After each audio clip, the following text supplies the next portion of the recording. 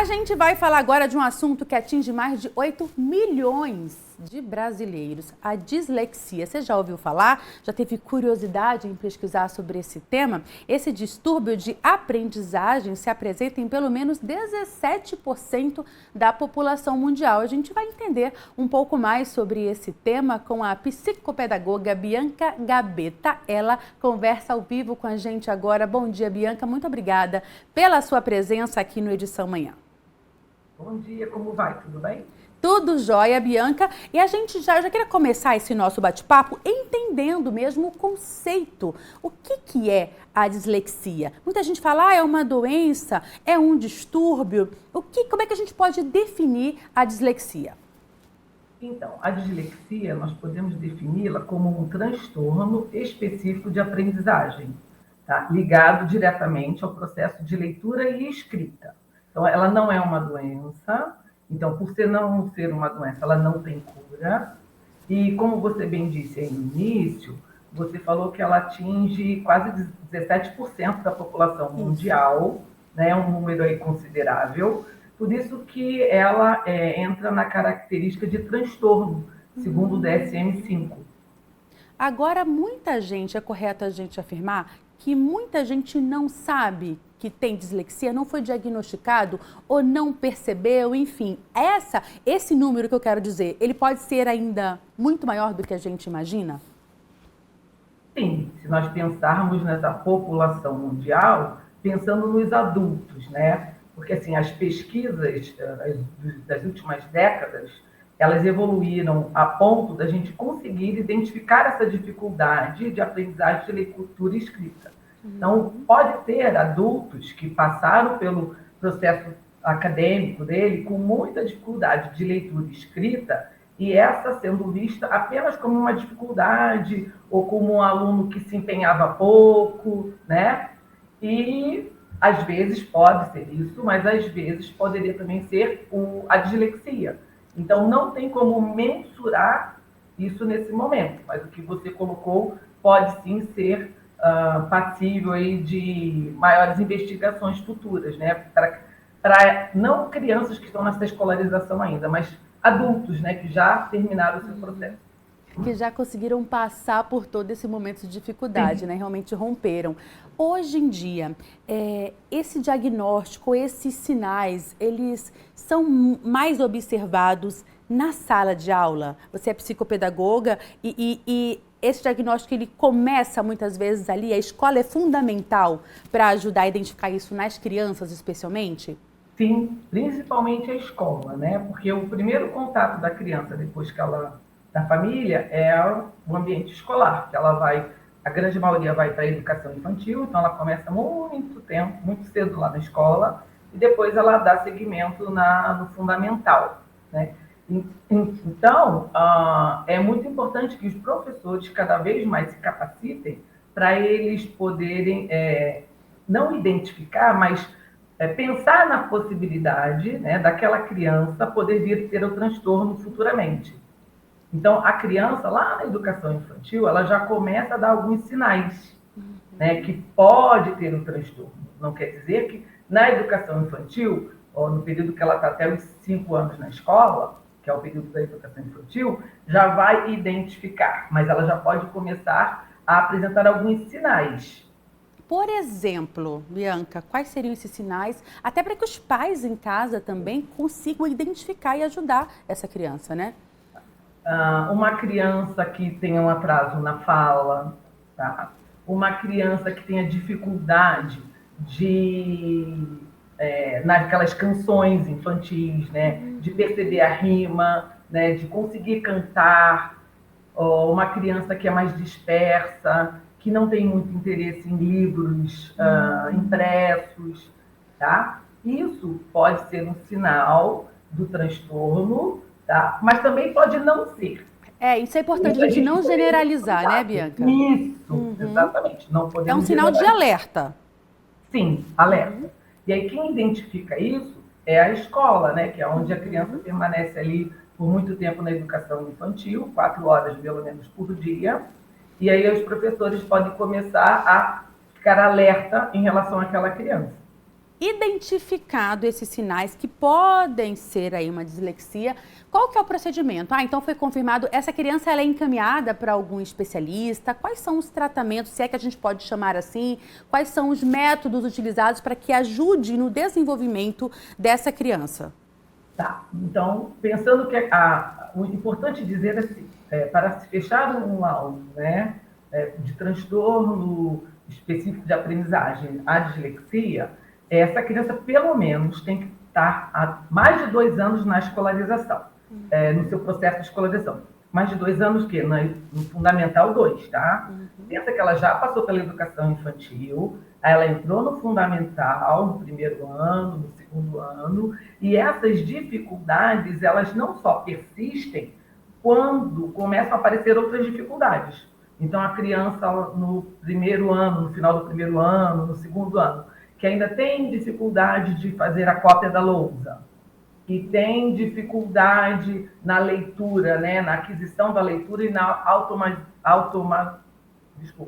automatização da leitura e da escrita. Uma criança que continua dispersa, que não tem interesse na leitura, em livrinhos, né, porque elas vão, na medida que elas vão conseguindo ler, elas vão se interessando mais pelos livros. Então, uma criança que tem essas dificuldades no final do segundo ano, no terceiro ano, aí já pode-se pensar no encaminhamento, né, para profissionais da área da saúde para começar a investigar a possibilidade do transtorno ou não. E aí esse acompanhamento, eu imagino que deva contar com vários profissionais, fonos, professores, é assim que funciona?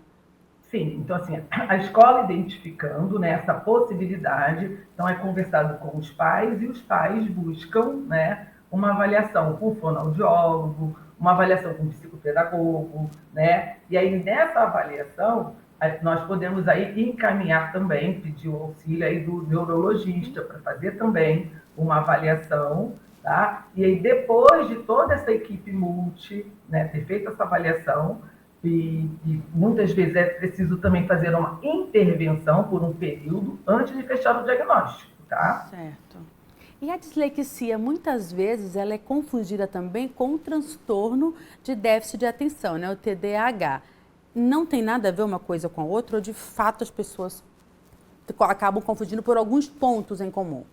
Isso, exatamente. Você falou, algumas pessoas acabam confundindo porque elas têm, por exemplo, algumas características em comum. A criança com transtorno de déficit de atenção, ela tem uma atenção reduzida, que ocorre também numa criança com dislexia, ela é mais dispersa, né? Mas ela não tem a dificuldade específica da leitura e da escrita. É claro que a atenção, né, a baixa atenção, a dispersão, né, e se ela também tem uma hiperatividade, isso vai dificultar o processo de escolarização dela, de leitura e escrita. Mas não é por causa do transtorno específico de leitura e escrita. E também uma outra coisa que a gente precisa ter atenção é que, às vezes, existe a comorbidade. Então, uma criança que tem dislexia, ela também pode ter o TDAH e vice-versa. Também não generalizando, mas existe essa possibilidade. Existe. Uma outra coisa que eu queria saber de você é, a partir do momento, então, que essa criança já houve o diagnóstico, já sabe que há dislexia, esse acompanhamento em sala de aula, como que é, né, diante das outras crianças? O professor tem uma forma diferente de lidar com essa criança? Como que funciona ali no momento do aprendizado? Tá. Então, a partir do momento que a criança tem o transtorno, é preciso também ver, né, observar se é um transtorno leve, moderado ou severo. Então, mediante a gravidade, né, o nível do transtorno, as intervenções elas precisam ser mais significativas ou menos. Então, existe uma lei, né, a lei de inclusão, que já ampara crianças com a dislexia, e tem uma lei agora, que é a mais nova, que foi sancionada no governo 30 de novembro, se eu não me engano, que é a última lei que é específica para alunos com transtorno de déficit de atenção e hiperatividade, dislexia ou outros transtornos, tá? Então, a lei, ela não especifica, essa lei, tá? Não especifica como a escola deve trabalhar. Mas a gente já sabe que, para os disléxicos, né, o que a escola pode fazer para ajudá-los? Dependendo do nível, tá, da dificuldade dessa criança, ela pode ter um ledor para ela no momento de fazer as provas. Esse ledor, ela pode fazer essa prova dentro da sala de aula ou fora da sala de aula, então tem que ver o contexto, né, dessa criança dentro desse ambiente, como é que, se ela fica mais dispersa, se ela fica mais ansiosa, se para ela é melhor sair da sala. Então a gente também tem que ter o cuidado de prestar atenção nesse aluno, né? Como é que ele vai se sentir? Ela também tem o direito de maior tempo de prova, tá? Ela tem ao direito, né? Essas estratégias que eu estou falando de direito não está dentro da lei, mas a gente entende que pode ser o direito dela, tá? Então, uma criança que tem a dislexia, ela tem a dificuldade de memorizar. Então, se ela tem a dificuldade de memorizar, muitas vezes ela pode ter o acesso à tabuada, né, para ela executar as contas, as operações. Ela pode ter o acesso a uma calculadora, né? Ela pode ter acesso às fórmulas matemáticas para ajudar ela no momento ali da execução. Geralmente o professor acaba não avaliando a prova no sentido de como ela se desenvolveu, mas não prestando muita atenção na parte ortográfica, né? Porque a criança que tem a dislexia, ela tem dificuldade na leitura e na escrita. Então, isso também pode ser levado em consideração. Perfeito! Informações muito importantes, inclusive para os pais, mães que nos acompanham, porque às vezes as pessoas não sabem até de todos esses direitos, possíveis direitos que você trouxe aqui para a gente. E tudo isso pode ajudar, pode auxiliar essas crianças a se tornarem adultos mais, enfim, terem um sucesso maior em toda a sua trajetória, né? Sabendo lidar com essas limitações e essas dificuldades, conhecendo, como todos nós temos, né, as nossas. Então, quando a pessoa conhece, é mais fácil dela lidar com essa situação. Então, muito obrigada, viu, Bianca, pelas suas informações, pelo todos os esclarecimentos que você trouxe aqui. E a gente espera que tenha também sido bem válido para quem nos acompanha. Muito obrigada, ótimo dia para você. Obrigada a você também, um abraço. Um abraço, eu conversei com a Bianca Gabetta, ela é psicopedagoga e a gente falou sobre dislexia, um assunto muito importante e desconhecido por muita gente. Então a gente trouxe aqui para clarear aí a sua visão, a sua mente, para que você possa ter esse conhecimento também.